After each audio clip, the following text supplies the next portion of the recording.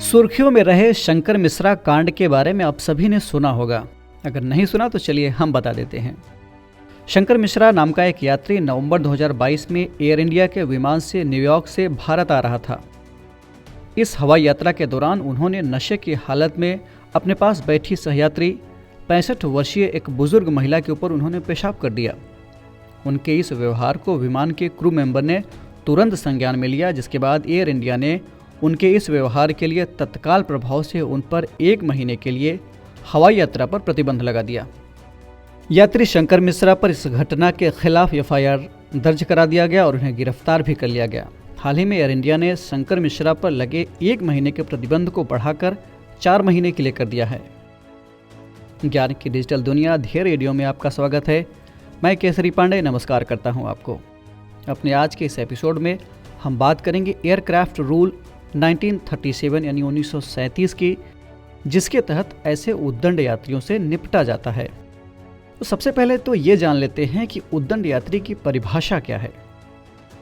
Air India के आधिकारिक सुरक्षा नियमों के मुताबिक ऐसे यात्री जो हवाई अड्डे पर या विमान में दूसरे सहयात्रियों या क्रू मेंबर्स के साथ सही आचरण नहीं करते हैं या विमान के चालक दल के द्वारा बताए गए नियमों का पालन नहीं करते हैं या दूसरे यात्रियों को परेशान करते हैं, उन यात्रियों को उद्दंड यात्री या डिसरप्टिव पैसेंजर कहा जाता है।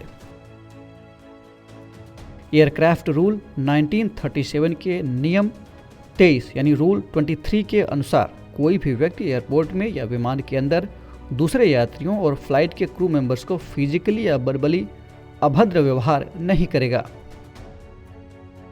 हालांकि यात्रा के दौरान क्रू मेंबर्स की ये जिम्मेदारी होती है कि जहां तक संभव हो वे किसी भी अप्रिय घटना होने से पहले ही परिस्थिति को संभालने का प्रयास करें, कोशिश करें।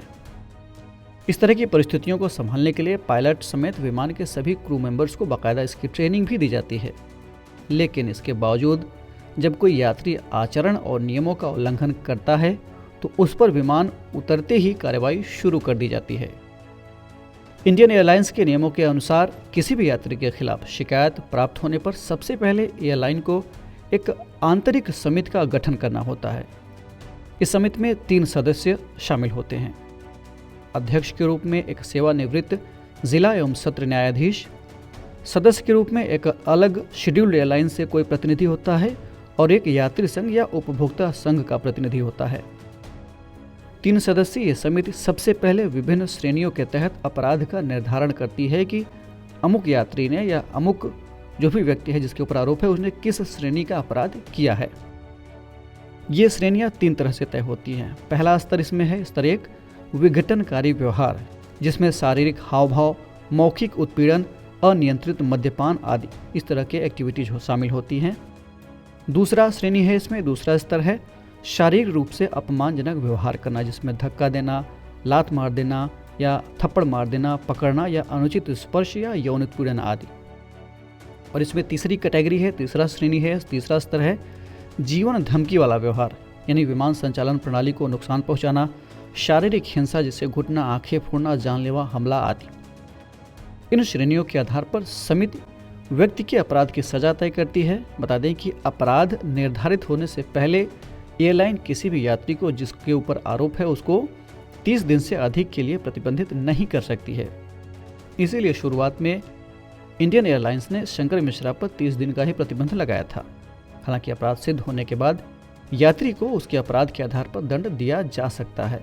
यदि व्यक्ति स्तर 1 का अपराध करता है तो उसको 3 महीने तक की हवाई यात्रा पर प्रतिबंध लगाया जाता है।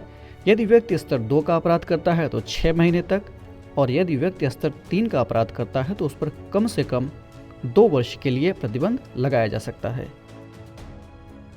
इसके अलावा जिन व्यक्तियों को राष्ट्रीय सुरक्षा के लिए खतरा माना जाता है उन पर अनिश्चितकालीन प्रतिबंध लगाया जा सकता है। अब अगर हम इन नियमों पर गौर करें तो ऐसा लगता है कि समिति ने शंकर मिश्रा को लेवल 2 का स्तर 2 का दोषी माना है। हालांकि उनको समिति ने अधिकतम संभव सजा नहीं दी है, सिर्फ 4 महीने के लिए उन पर हवाई यात्रा करने के लिए प्रतिबंध लगा दिया गया है। खैर, इस एपिसोड में इतना ही। हम फिर मिलेंगे एक नए कार्यक्रम के साथ। तब तक के लिए इजाज़त दीजिए। नमस्कार।